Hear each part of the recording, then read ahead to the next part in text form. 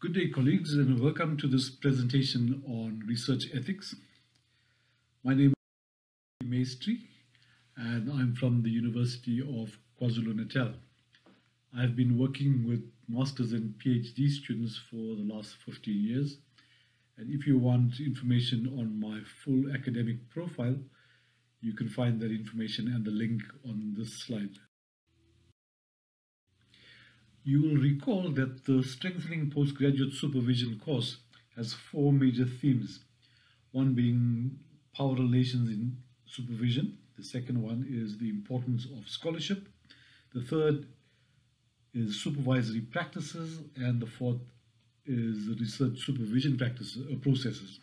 So here, for this particular aspect of the work, which is research ethics, we will be talking very directly to themes 3 and 4, which are supervisory practices and supervisory processes. Now, as a researcher yourself, you would know from experience that research is not risk-free, and that research ethics itself is about how the researcher conducts herself or in the research context in relation to the participants that they are working with. Now, I want to just clarify quickly that, depending on which discipline you work in, you might refer to your participants as participants or research subjects. So there are disciplinary conventions and discourses that are unique to different disciplines. For the purposes of this presentation, I will use the word participants. So when you work with research participants, there's generally accepted good conduct that we as the research community expect of researchers. And these generally accepted ways of working with research participants have been nuanced over time, and we have a generally accepted set of principles that researchers need to abide by. So what we will do then in this particular presentation is for you to examine your own understandings, your own theoretical and conceptual knowledge of the research ethics in your field. To what extent do you understand this deeply? We will also interrogate some of the assumptions that we make about our students and their own understandings of the research process and the ethics behind the research process. We'll also touch on your institution's processes, the policy documents, and internal procedures for ethical clearance applications. And we hope that by the end of it all, that you will see that you and your student should be thinking about research ethics as more than simply technical or administrative compliance. That you and the student need to start to think about research as a process in which the student lives the research ethics. It's not simply a technical paper exercise. So just a reminder that this is not a research methodology course. So it's not a course in which we will teach you about research methodology.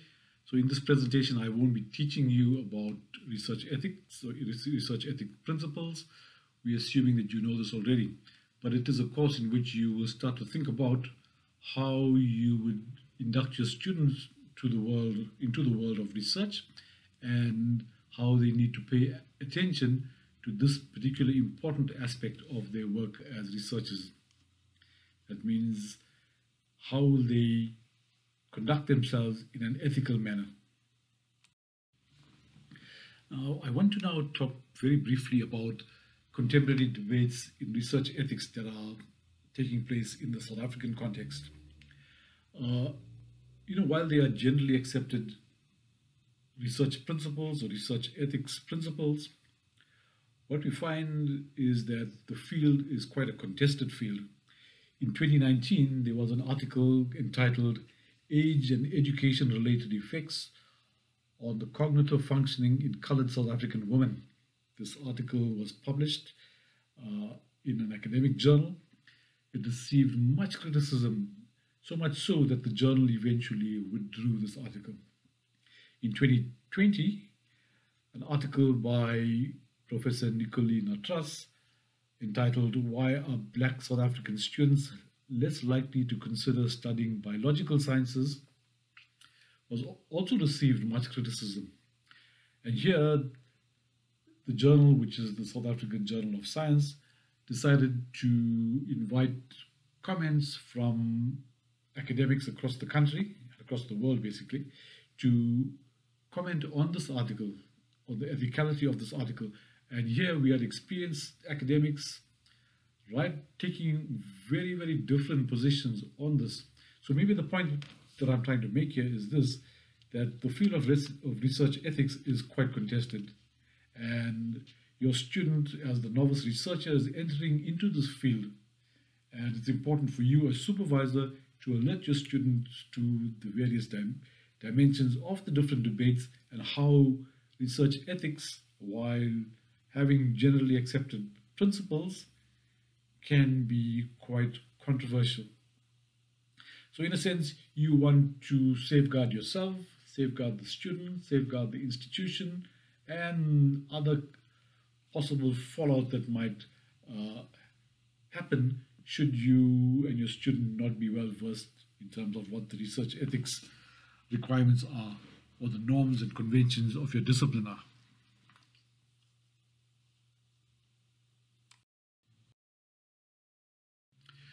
So you will recall from your own studies, your master's or your PhD, that there are 4 basic principles of ethics in research, and the seminal work on this particular aspect of research was done by Bocamp and Childress, and the 4 principles are autonomy, beneficence, non-maleficence, and justice. And again, the assumption is that you are already familiar with these principles. If you're not, and you want to deepen your knowledge on it, the last 2 slides in this presentation has some useful links to where you could get deeper information that you could refer your students to. Now, autonomy as the first principle, here we be referring to the patient, and obviously if you're doing empirical research, you would refer to the research participant or research subject. And here it's about whether the research subject is free to make her own decisions about participating in the project, the extent to which they have this level of autonomy, this freedom to make own decisions. So it's the capacity of a rational individual to make an informed, uncoerced choice to participate or not. And here we consider how you need to consider how your students will ensure that the principle of autonomy is followed in their study. So how do you ensure that your student is not coercing people into participating, and that the participants are participating of their free will?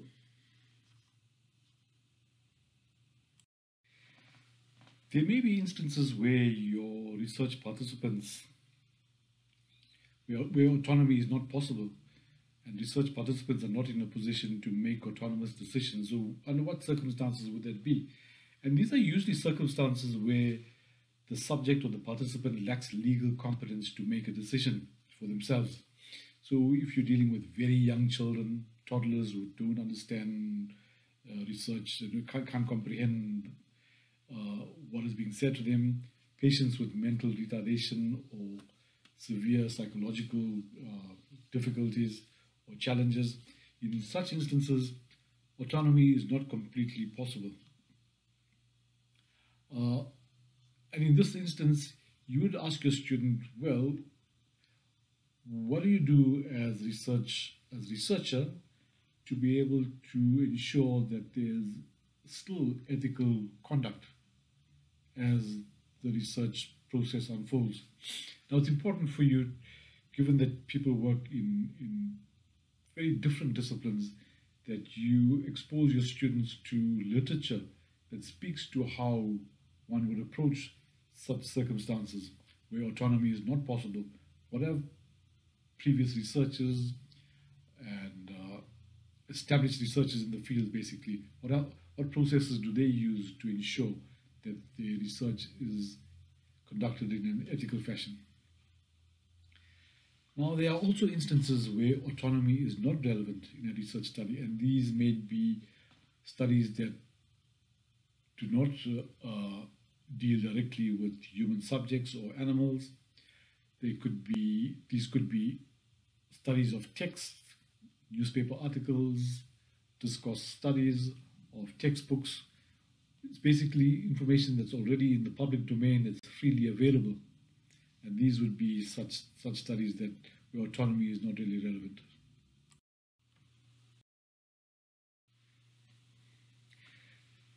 The next principle is beneficence, which simply means to do good.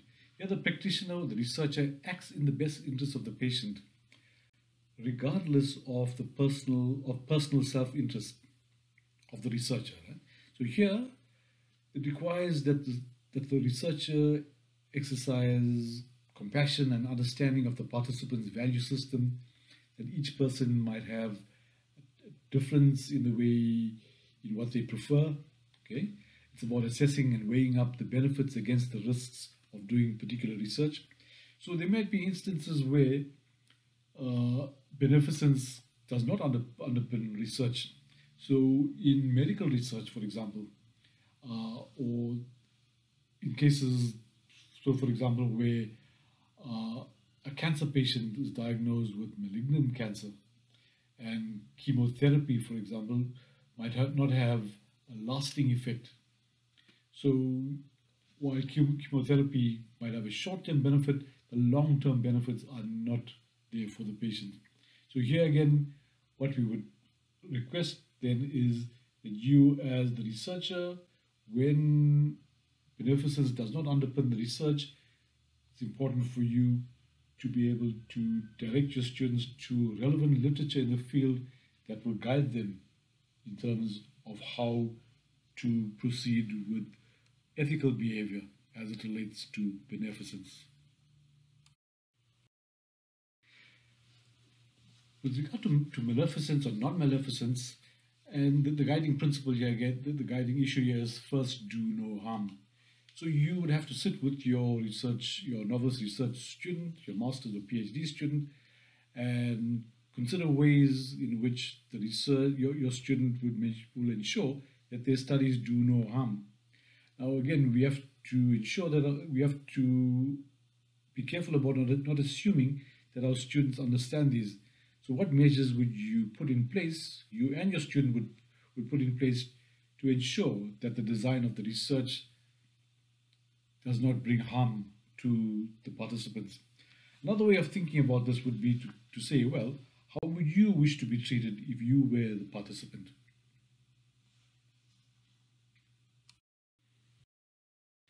So on the principle of justice, justice refers to the distribution of resources and access to benefits. But basically, it's about fair distribution of the risks and benefits. Now, there's a lot of research and literature that speaks to who gets researched, whose research conducted on, and it's usually the poor and most vulnerable communities that on which research has been conducted. And if you're interested in that kind of literature, you will find some links on the last slide.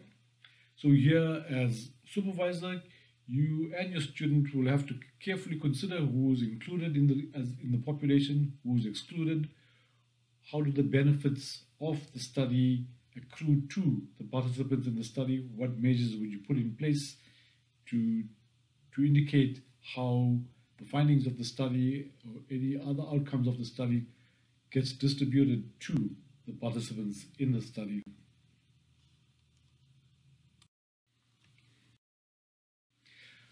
Now, respect is a further principle that has been added to the BOCOM and child rights framework. And it's an important concept because it refers to having a deep consideration for the participants that you are working with, a deep kind of respect in a sense, a deep consideration feeling towards the people that you are working with if you're working with human subjects. So you will ask the question and you will consider issues of how you will get your student to understand what respect means in your discipline? How do you foster respect as an ethical consideration when dealing with children, when dealing with animals, etc.? And again, there are guidelines in the literature in your field that you need to point your student to. A big issue that you need to be considering if you're working with human subjects is the last bullet there, which speaks to what are the ethical implications for researching across race, across class, culture, language, religion, gender, etc. So in those two examples that I spoke to you about that created controversy in the South African context, the researchers involved there were researching across race and class and culture and language, and it created all sorts of tensions. And there was a sense by the critics that there wasn't a sensitivity to to the positioning of the researcher in relation to the research participants. Now, truthfulness and honesty are important aspects of research. We know that various students coming to research programs, masters and PhDs, with different intentions. Some just simply want the certificate. Some are really interested in changing the world. So you as supervisor need to be aware that you could be dealing with different kinds of students. But you have to ensure that the students are honest and truthful in the way they set up the studies and the information that is provided to their participants. So all aspects of the research design disclosed to the participant and to you as the supervisor. There may be instances where deception might be an issue that is acceptable, and there have been studies of prison life, violence in prison, etc., where the researcher has to go in undercover. And so if you're doing this kind of research where deception is an important aspect that you have to apply, then you as a supervisor need to direct your student to this kind of literature that supports and guides this kind of research.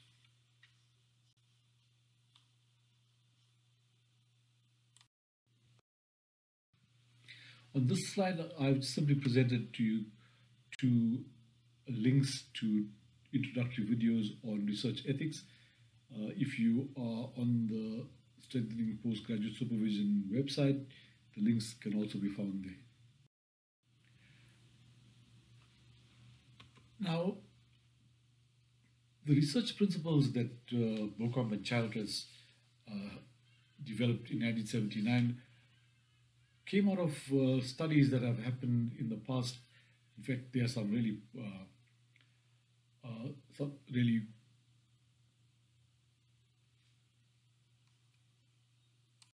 unfathomable research studies conducted on human beings in the past. And two of the most significant studies were the Tuskegee Syphilis experiment and the Nazi human experiments and the Milgram experiment. These videos are really powerful stimulus materials that you could use with your students in seminars and group discussions. So as a research supervisor, you can alert your students to the genesis of an ethical code that had started after the Nuremberg or during the Nuremberg trials after World War II. But despite studies like the Tuskegee study of untreated syphilis in Negro males were still conducted, and it was only in 1972 that the U.S. Public Health Service this particular study was brought into the public domain, and its expose forced the United States government to set up a commission to develop a set of guiding principles. The Belmont report was one of the outcomes of that investigation, and the principles of respect for persons, beneficence, and justice were further developed. So you and your students can have discussions on the genesis of an ethical code and how historic violations came to be and how they need to be guarded that they don't fall into a similar kind of unwitting harm to the participants that they work with. Now, the Beauchamp and child risk principles, which are universally used and accepted by academics across the world, are not without their own challenges. And so we ask the question, are they sufficiently robust? So there's research that speaks to the potential for selective appropriation and application that might lead to unwitting harm, and you can see the reference there, and the fact that these principles are not culturally neutral. So if you're interested in this kind of work, you can follow up on those readings. You can expose your students to that. But the question we're asking there on the slide is, where do these conversations happen in your institution? Are they happening within your department? Are you leading them? Are senior researchers leading them? If they are not, then you need to think about mechanisms in which these conversations do happen, and you offer a space where you and your students and fellow academics can deliberate on these issues. Now, about ethical processes at your university. So it's important for you to have your ethics policy document, to have it on file, to expose your student to it, to deal with the finer details of the document. Now, at UKZN, for example, our ethical clearance application is completely online. It started off last year sometime, and it requires that the supervisor and the student follow a series of steps, and it takes some getting used to the process. So it's important for you as supervisor to work with your students so that their studies aren't delayed by technical issues that you are not familiar with on the system.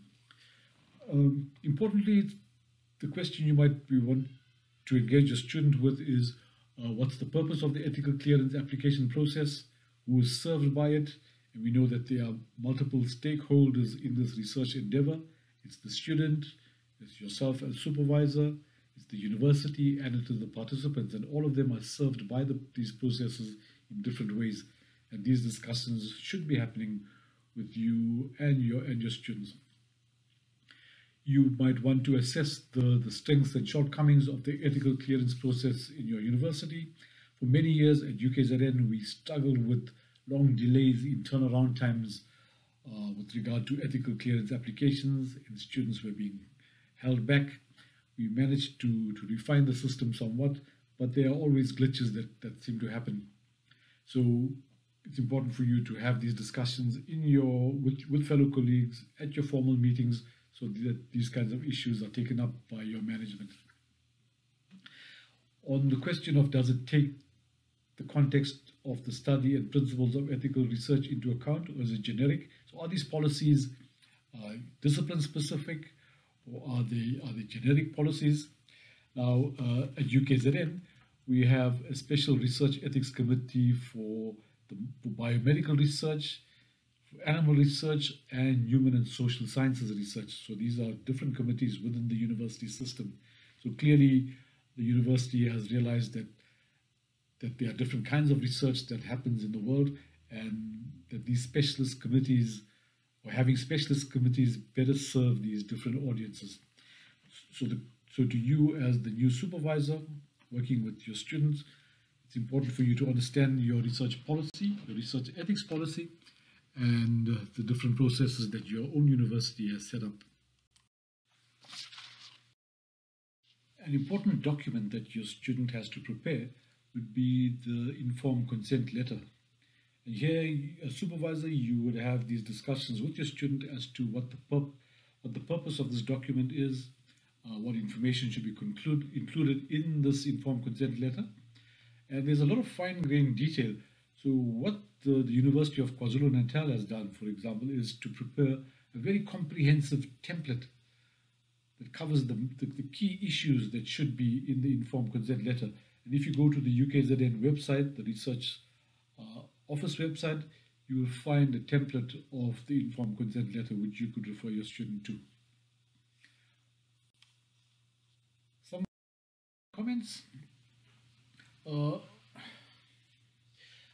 hoping that through this very brief presentation that you and your student will come to the understanding that ethics in research is more than simply going through the administrative processes, that it's about getting to understand the deeper ethical issues around research conduct, and that it's not simply a checkbox exercise,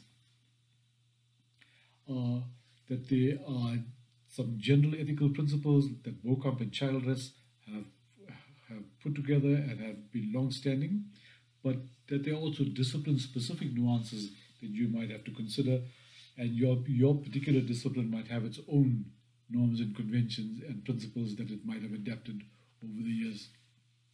It's important for you to also develop your own library of theory, literature, and videos on research ethics in your field, so that when you have new students that come to you, you have these ready resources which you can refer them to. Importantly, you as a research supervisor need to think about ways in which you can have active and open conversations and deliberations about research ethics. It could be seminars and workshops that you set up together with colleagues and fellow supervisors and your students, where these kinds of conversations can happen. And again, it's about not assuming that our students understand research ethics in a deep way, and not to take that for granted. In the next two slides, what I've presented here to you are links to different experiments on human subjects that have been in the spotlight in the past, so you can refer to this. And on the last slide, there's a list of readings that you will find useful. I trust that you found this presentation helpful, and good luck to you and your students in their research studies.